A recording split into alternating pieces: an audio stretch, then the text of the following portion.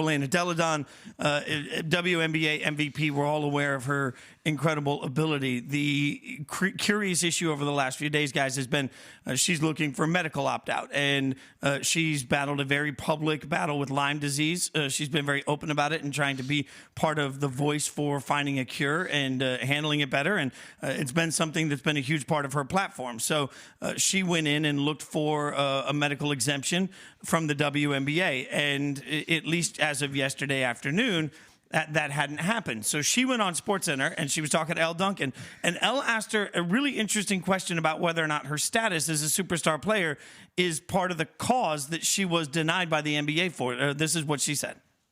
I'm not sure, and I really hope it didn't. I would hope they would treat me as player X, and they see that I've been treated for something for 9 years. They've seen my blood work. I submitted everything.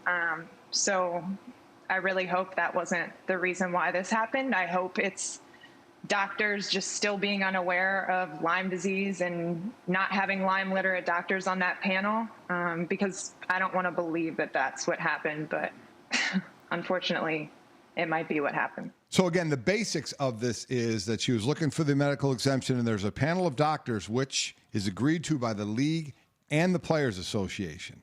So it's both sides agreeing. We're going to listen to this panel of doctors, and there's no appeal to it. So both sides agreed to it. And she got denied by this panel of doctors. They said the CDC does not have Lyme disease on the list of high risk for COVID if you've had Lyme disease. Elena obviously has her own personal doctor that disagreed with that, and Elena disagrees with that. But now we're into this, did they do this so they would force her to play situation? Yeah, and so now we get to the point where the news yesterday was also that the Washington Mystics announced that even if she was not granted the medical exemption, she was going to be on their roster and would be paid her salary even if she didn't play this year. And so what this ends up as now is, all right, so the Mystic have decided to step up in this situation, right, make it whole for a player that has certainly meant a ton to them as the reigning MVP and is obviously a huge part of all their success on this. But for them, I'm sure, and for Elena Delle Donne at this point, it's going to be maybe the principle of this now. And for her, she had a decision to make that was looming here that she said, I'm going to talk to my wife. I'm going to try and see what I do going forward. I'd have to imagine that decision is at least a lot easier to now say, all right, I'm going to be financially whole on this, and so I can make the decision that's in the best interest of my health and safety. I'll just be curious to see if other WNBA teams are willing to do that for lesser players that are also deemed not eligible, because you could make the argument the WNBA was trying to force her to play because of her status. You could also make the argument that the Washington Mystics did the right thing for her because of her status. So, I could see where it plays into both sides of it. And I'm always being kind of that mid-level player that I was always about the whole and not the stars, even though I know leagues are run on the stars, but union is supposed to be for the whole. And when a lot of people were coming out and saying they should have made an exception for her and given her the medical exemption because she's a star in the league, my thought, which goes again to the whole, is, well, wait a minute.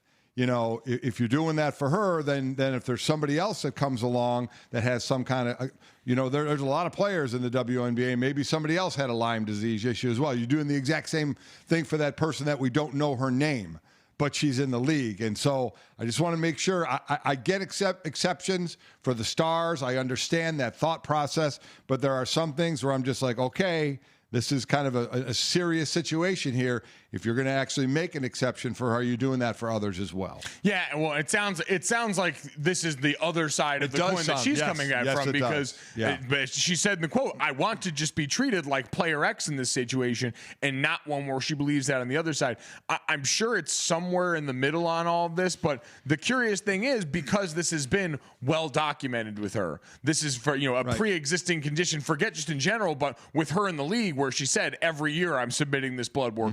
Everyone is well acquainted with this in that process. And so was there not some awareness for that going into this? Because this isn't, this isn't a normal medical issue for a player in the instance of play or not. This is in the sphere of the pandemic and with the backdrop of someone's legitimate fear for their health and safety and all this. So that's why I guess extra sensitivity in a situation like this seemed to me to be the default setting, or should have been the default setting, knowing, all right, we're trying to make sure we go into this as buttoned up as possible as a league, that you avoid snags like this because it does nothing but detract from what you're trying to do overall. So now she has to decide if she wants to play, right? Right, and that'll be the next step for her. And I think, to your point, Mike, and a very good one about representing everybody, these are the points where I would hope the WNBA and the WNBA Players Association would not just look at Elena Delle Donne, but would look at Lyme disease as a general. Right. Okay, should we be adding Lyme disease to one of, like, that's the question that needs to be answered so that they can have standard treatment across the board.